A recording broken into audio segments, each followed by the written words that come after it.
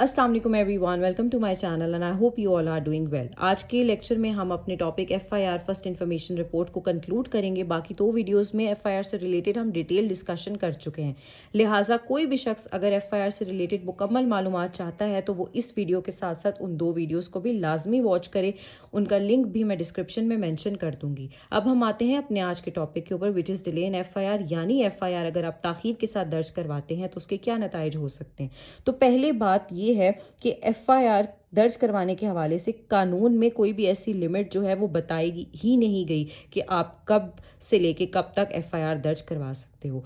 अगर आप जिस दिन वकुआ पेश आया था उस दिन एफआईआर दर्ज करवाओ तो उस दिन भी आपकी एफआईआर दर्ज हो सकती है, और अगर आप उसके कुछ अरसे बाद भी एफआईआर या कभी भी आप उससे रिलेटेड उस मैटर से रिलेटेड एफआईआर दर्ज करवाना चाहो तो आप एफआईआर दर्ज करवा सकते हो। और जाहिर है कि हर जो भी केस है, हर जो मामला है, उसके हालात व वाक़यात जो हैं वो मुख्तलिफ होते हैं। हो सकता है कि अगर जिस दिन वकुआ पेश आया था उस दिन ये मुमकिन ही ना हो कि एफआईआर दर्ज करवाई जा सकती हो, और अगर वो ताख़ीर के साथ फिर करवाई जा रही है तो वो बिल्कुल दर्ज की जाएगी। और अगर किसी पॉइंट पे ताख़ीर के साथ एफआईआर दर्ज करवाई गई है और उस ताख़ीर की वजह क्या बनी, उसके रीज़न को एक्सप्लेन नहीं किया गया, तो उस पॉइंट पे डाउट्स यानी शक व शुबात जो हैं वो आ सकते हैं। लेकिन अगर फिर आप प्रॉपर एक्सप्लेनेशन, प्रॉपर रीज़न, जो भी वजह रही हो वो अगर आप बता दो तो फिर वो आपके लिए जो है उसमें कोई आपको मतलब फेटल नहीं होगा, आपके लिए नुकसान नहीं होगा। अब कंसिडरिंग फैक्टर्स फॉर डिले, यानी कि ताख़ीर के लिए जो है वो क्या फैक्टर्स हो सकते हैं कि जिसके बिना पे ये चीज़ देखी जाए कि जाहिर है अगर ये चीज़ें थी तो फिर एफआईआर जो है वो दर्ज करवाने के हवाले से ताख़ीर आ सकती है। क्योंकि बेहतर तो यही है कि जिस दिन वकुआ पेश आया था या एज सून एज पॉसिबल आप एफआईआर दर्ज करवाओ। लेकिन अगर फिर भी अगर आप ताख़ीर के साथ करवाते हो तो उसके क्या रीज़न्स हो सकते हैं, पॉसिबल रीजंस। तो वो ये है कि जाहिर है कि जहाँ पे वकुआ पेश आया था उस जगह और पुलिस स्टेशन जहाँ पे आपने एफआईआर दर्ज करवानी है उनके दरमियान कितना फासला है। हो सकता है उनमें जो है वो डिस्टेंस काफ़ी ज़्यादा हो कि जिसकी वजह से आपको जो है वो डिले के साथ आपने एफआईआर दर्ज करवाई। उसके बाद टाइम ऑफ अकरेंस यानी वकुआ जिस वक्त पेश आया उस वक्त हो सकता है काफ़ी ज़्यादा लेट नाइट हो और आप जो है वो तब एफआईआर ना दर्ज करवा सकते हो, या उसके अलावा कोई भी ऐसा टाइम कि जहाँ पर आपके लिए पॉसिबल नहीं था कि आप दर्ज करवा सकते थे। उसके बाद हो सकता है कि जहाँ पे वकुआ पेश आया वहाँ पे आपके पास ऐसी कोई कन्वेंस या कोई ट्रांसपोर्ट ऐसी मौजूद नहीं थी कि आप जो है पुलिस स्टेशन जाकर एफआईआर दर्ज करवा सकते।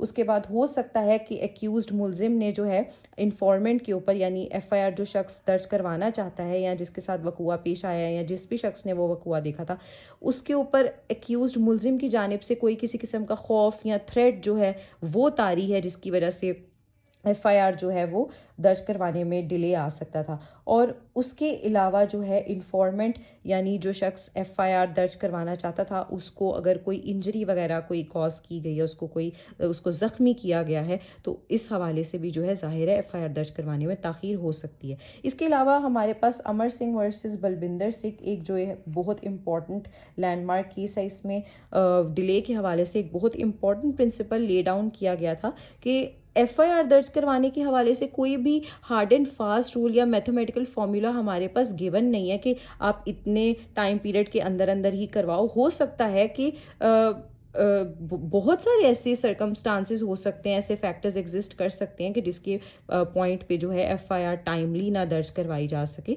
तो ऐसा कोई फिक्स्ड हमारे पास जो है वो रूल नहीं मौजूद। अब हम लोग एफआईआर से रिलेटेड लास्ट जो एस्पेक्ट, लास्ट टॉपिक है उसको डिस्कस करेंगे, विच इज़ क्वैशमेंट ऑफ एफआईआर।